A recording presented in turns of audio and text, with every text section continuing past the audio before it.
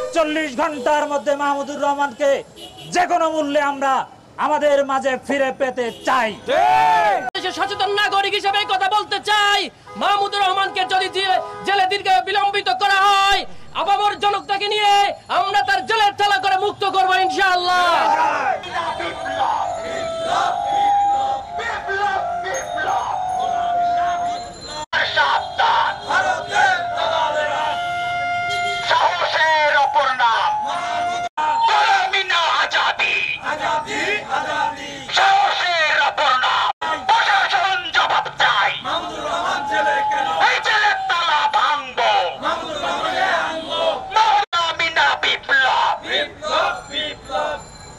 সংগ্রামের সাথেও বন্ধু, কেন বাংলাদেশে আসার মাত্র একদিন জবাব চাই? আমরা ডক্টর ইউনূসের কাছে জবাব চাই। আপনি কাদের অবদানে ক্ষমতায় বসে আছেন? আপনি কি তাদেরকে ভুলে যেতে চান? আপনার সংযত হওয়া উচিত। আমরা দাবি করছি, আমরা স্পষ্টভাবে বলতে চাই, মাহমুদুর রহমানকে নিঃশর্তে অবিলম্বে মুক্তি দিতে হবে। আমরা সবাই জানি ফ্যাসিস্ট হাসিনার বিরোধিতা করাই ছিল মাহমুদুর রহমানের অপরাধ।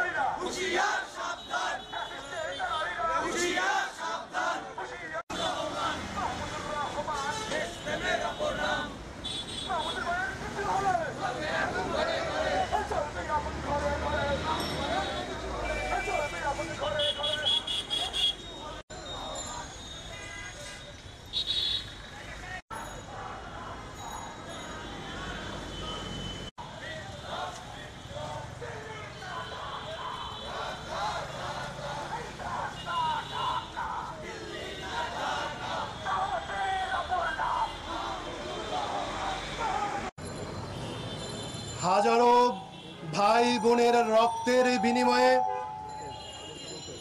হাজার হাজার আহত পঙ্গু ভাই বোনের ত্যাগের বিনিময়ে যে নতুন বাংলাদেশ আমরা পেয়েছি, যাকে আমরা বলছি সেকেন্ড রিপাবলিক, রক্তস্রোতের গণঅভ্যুত্থানের পরে এই নতুন বাংলাদেশের সংস্কার কাজে যিনি সামনে থেকে নেতৃত্ব দিতে পারেন তিনি ডক্টর মাহমুদুর রহমান।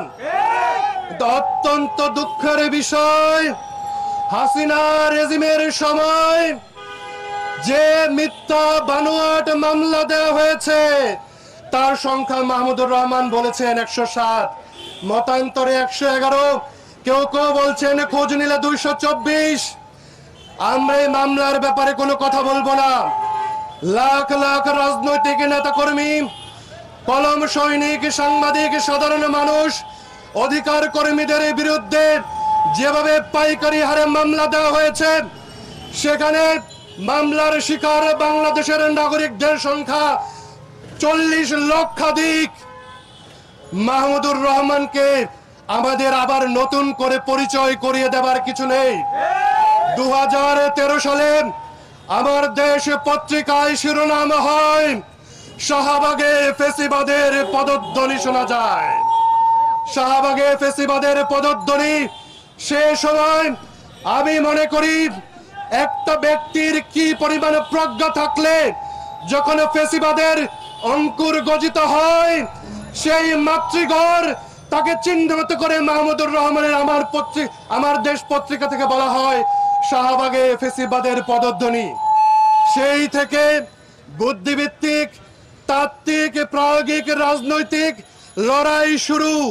ফেসিবাদের বিরুদ্ধে বাংলাদেশের মানুষ প্রতিটি শ্রেণী বর্গ থেকে, রাজনৈতিক দল, রাজনৈতিক ফোরাম, নাগরিকদের পক্ষ থেকে ফেসিবাদ বিরোধী লড়াই শুরু করে।